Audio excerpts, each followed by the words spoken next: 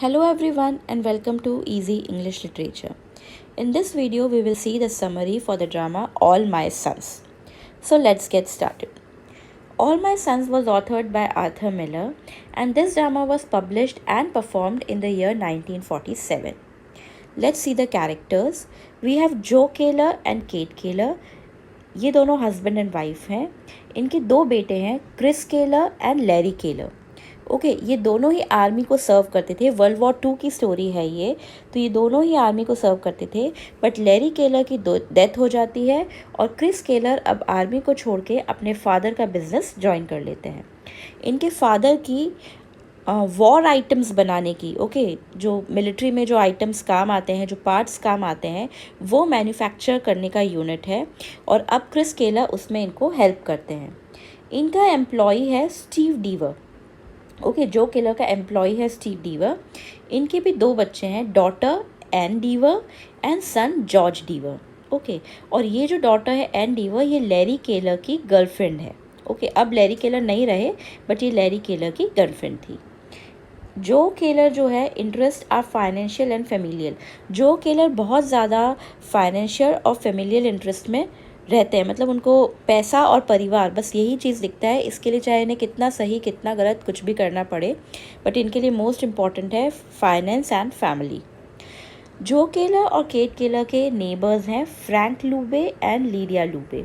दो नेबर्स और हैं, वो इतने इंपॉर्टेंट नहीं है, तो आप यहाँ पे ध्यान रखिए कि दो नेबर्स हैं Frank Lubey and Lydia Lubey. ये हस्बैंड वाइफ हैं. स्टार्ट करते हैं एक्ट 1 से. अगस्त संडे मॉर्निंग का टाइम है. अगस्त मंथ की संडे मॉर्निंग का टाइम है. Keller family gathered with neighbours Mr and Mrs Bayliss and Mr and Mrs Lubey. तो केलर फैमिली जो है अपने दोनों नेबर्स के साथ, एक नेबर्स हो गए मिस्टर एंड मिसेस बेलिस और एक मिस्टर एंड मिसेस ल्यूबे के साथ बैठे हैं. एक्चुअली हुआ क्या है, an apple tree which was planted to honour Larry has broken in the previous night's wind. ठीक है, तो लैरी जो हैं वो पायलट थे. और 3 साल पहले वो डिसअपियर हो गए एक प्लेन क्रैश के टाइम ड्यूरिंग वर्ल्ड वॉर 2 के टाइम. एक प्लेन क्रैश के टाइम पे ये जो पायलट हैं लैरी, ये डिसअपियर हो गए थे.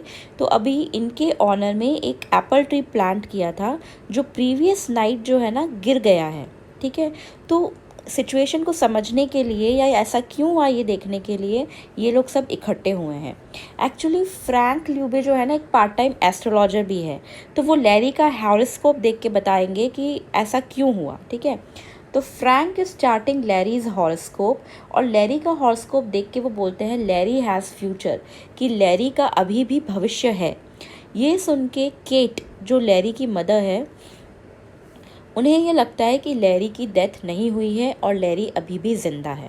ठीक है, एक्चुअली लैरी मर गए हैं, मगर क्योंकि इसके हॉरोस्कोप की वजह से केट ये मानने को तैयार ही नहीं है कि लैरी की डेथ हो गई है. उनके लिए लैरी अभी भी ज़िंदा है.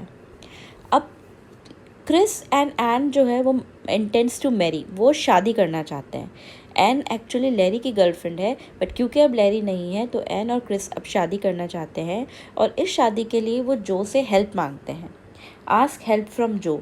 जो रिफ्यूज़ेस, मगर जो मना कर देते हैं. रीज़न ये है कि जो को पता है कि केट कभी नहीं मानेगी, क्योंकि केट को ऐसा लगता है कि लैरी जिंदा है, तो लैरी के होते हुए एन क्रिस से शादी नहीं कर सकती, इसलिए जो मना कर देते हैं. Chris would leave the family business then Joe agrees. तो क्रिस उन्हें कहते हैं कि अगर आप हमारी हेल्प नहीं करेंगे तो मैं ये फैमिली बिजनेस छोड़ दूंगा.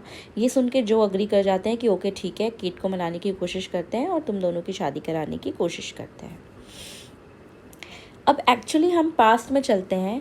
वहाँ पे हमें पता चलता है कि जो sold defective war time materials and he was exonerated but Steve was convicted and was serving time in prison.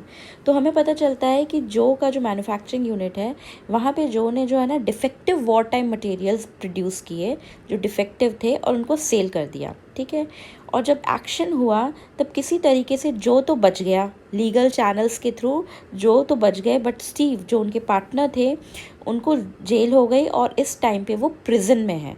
ठीक है, अब जो बचे कैसे थे कि उन्होंने ये कह दिया था कि मेरी तबीयत उस वक्त ठीक नहीं थी, I was not in good health, और इसलिए मैं फैक्ट्री नहीं जा पा रहा था, मेरी स्टीव से भी कोई बात नहीं हुई और ये सब कुछ किया धरा स्टीव का है. तो इस तरीके से जो है वो बच गए थे और स्टीव जो है वो अभी भी प्रिजन में है. और ये जो डिफेक्टिव पार्ट उन्होंने सेल किए, इनकी वजह से 21 military planes crashed and killing their pilots. ठीक है, तो ये डिफेक्टिव पार्ट्स की वजह से defective parts cause 21 military plans to crash killing their pilots. तो 21 प्लेन्स जो है वो क्रैश हो गए थे और उसमें उनके पायलट्स की भी डेथ हो गई थी। ये पास्ट में हुआ था। अब क्या होता है कि पहले तो सबको यही था कि भाई जो भी किया है सब स्टीव डीवर ने किया है। ठीक है, तो ये जो जॉर्ज है, जो स्टीव डीवर का बेटा है, वो एक्चुअली पेशे से वकील होता है, लॉयर होता है, और अब वो स्टीव से मिल के आ रहा है प्रिजन में। स्टीव ने एक स्टोरी सुनाई है उसको, तो ये एक फ़ोन कॉल करता है एन को और कहता है कि मैं केलर्स को विज़िट करने आ रहा हूँ। ठीक है, जॉर्ज आता है टू विजिट केलर्स। ठीक है, स्पोकन टू हिज फादर, अपने फादर से बात करके, स्टीव डीवर से प्रिजन में बात करके वो आया है और अब वो केलर्स से बात करना चाहता है। और वो एन को बोलता है कि मेरे पास बहुत इंपॉर्टेंट इन्फॉर्मेशन है। ओके, तो हो सकता है कि स्टीव ने इसे सब सच्चाई बताई हो, तो बहुत इंपॉर्टेंट इन्फॉर्मेशन है। और ये बात जब जो को पता चलती है तो जो इज़ अनईज़ी, जो बहुत अनईज़ी हो जाता है, क्योंकि उसे पता है कि अब शायद उसका जो कांड है, जो उसने किया है सब कुछ, वो बाहर आ जाएगा। एक्ट 2 में दिखाते हैं tension builds over the relation of the डीवर एंड द केलर्स। अब जॉर्ज वहाँ पर आ गया है, मीटिंग हो रही है, तो जो डीवर्स हैं और जो केलर्स हैं उनके बीच में, उनके रिलेशनशिप में अब टेंशन बढ़ता जा रहा है। ठीक है, responsibility for the sale of defective material. ठीक है, तो अब जॉर्ज चाहता है कि ये जो है वो डिफेक्टिव मटेरियल की जो भी रिस्पॉन्सिबिलिटी है वो ले। यहाँ पे दो लोगों के थॉट्स भी हमें बताए गए हैं कि जो thoughts of people in the town, जो टाउन के लोग हैं, उनका ये सोचना है कि जो भी उतना ही गिल्टी था जितना स्टीव, बट समहाउ जो इससे बच गया है। मतलब वहाँ के लोग तो ये मानते हैं कि जो ने गलती करी है। और जो के क्या थॉट्स हैं, जो ये मानता है कि उसने जो कुछ भी किया वो अपनी फैमिली के लिए किया है। ठीक है, तो वो अपने आप को ज़्यादा गिल्टी मानता नहीं है कि नहीं ठीक है, मैंने तो अपने फैमिली के लिए किया है, पैसे के लिए किया, उसे कुछ खास फ़र्क पड़ता नहीं है। अब जॉर्ज जो है ना, वो जो की तरफ बहुत ज़्यादा अगेंस्ट हो जाता है और समहाउ केट जो है ना, जॉर्ज को काम करने में मैनेज कर लेती है। केट एक्चुअली एक ऐसी लेडी है जो अपनी फ्रेंडली टैक्टिक्स से किसी को भी अपना कर सकती है। ठीक है, किसी को भी अपना बना सकती है।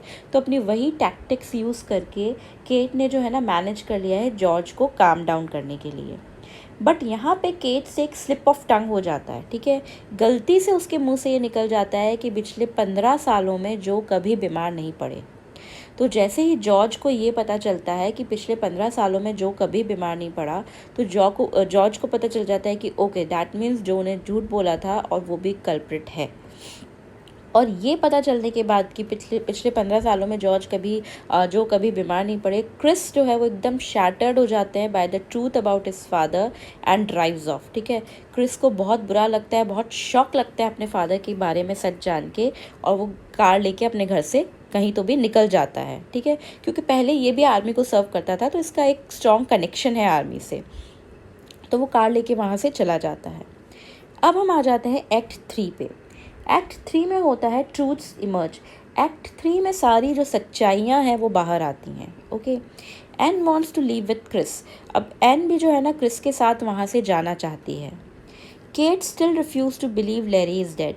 एन जो है वो क्रिस के साथ जाना चाहती है, मगर केट अभी भी ये बिलीव नहीं कर रही है कि लैरी इज़ डेड। ठीक है, अभी भी वो मानती है कि नहीं, लैरी तो जिंदा है। तो अब केट को यकीन दिलाने के लिए Ann reveals a letter. Ann जो है ना एक लेटर निकालती है। एक्चुअली ये वो लेटर होता है जो लैरी ने 3 साल पहले एन को लिखा होता है, और उसमें लैरी ने ये एक्सप्लेन किया होता है कि उसके फादर की गलती से, उसके फादर के जो डिफेक्टिव पार्ट्स थे उनकी वजह से 21 सोल्जर्स की डेथ हो गई है। ठीक है, 21 पायलट्स की डेथ हो गई है, और लैरी को ये बिल्कुल अच्छा नहीं लग रहा, और इस गिल्ट में, अपने फादर की वजह से इस गिल्ट में वो सुसाइड कर रहा है, और लैरी ने सुसाइड करा होता है। तो यहाँ पे जब एन ये लेटर दिखाती है कि लैरी ने सुसाइड कर लिया है, तब जाके सबको और इंक्लूडिंग केट को ये लगता है कि ओके, अब लैरी नहीं है, लैरी इज़ डेड। इस बीच क्रिस वापस घर आता है and wants to leave alone, और अब वो अकेला सब कुछ छोड़ के वहाँ से जाना चाहता है। ठीक है, Joe is unable to persuade that he made a choice in favor of his family. Joe is unable to persuade that he made a choice in favor of his family. अब हर कोई जो के अगेंस्ट हो गया, हर कोई जो से नाराज़ है, और जो सबको समझाता है मगर वो किसी को समझा नहीं पाता कि उसने ये सब कुछ अपनी फैमिली के फेवर में किया था, ये सब कुछ उसने अपनी फैमिली के लिए किया था, पैसा कमाने के लिए किया था। वो किसी को भी इम्प्रेस नहीं कर पाता है अपनी बातों से, ठीक है, अपनी तरफ नहीं कर पाता है किसी को भी। और जब उसे लगता है कि सब उसके अगेंस्ट है तो ही शूट्स हिमसेल्फ, जो अपने आप को गोली मार देता है। तो Joe shoots himself. Kate urges Chris to go his own way, और जब जो अपने आप को गोली मार देता है तो केट, क्रिस की मदर, क्रिस को कहती है कि अब तुम अपने रास्ते यहाँ से चले जाओ, सब चीज़ें भूल जाओ और अपनी एक अलग दुनिया बसाओ। तो इस तरीके से नावल एंड होती है All My Sons. All My Sons title है कि जो भी पायलट्स की डेथ हुई थी वो सब जो के बेटों की तरह थे। जिस तरह उसके बेटे ने सुसाइड करी, उसी तरीके से वो सारे पायलट्स भी उसके बेटे की तरह थे। और जो ने जो अपने आप को शूट किया था, कहीं ना कहीं उसको इस बात का गिल्ट भी बाद में हुआ था कि इन पायलट्स की डेथ इसकी वजह से हुई है। तो इस तरीके से नॉवल एंड होती है All My Sons. For more such summaries please subscribe to Easy English Literature. Please hit the like button.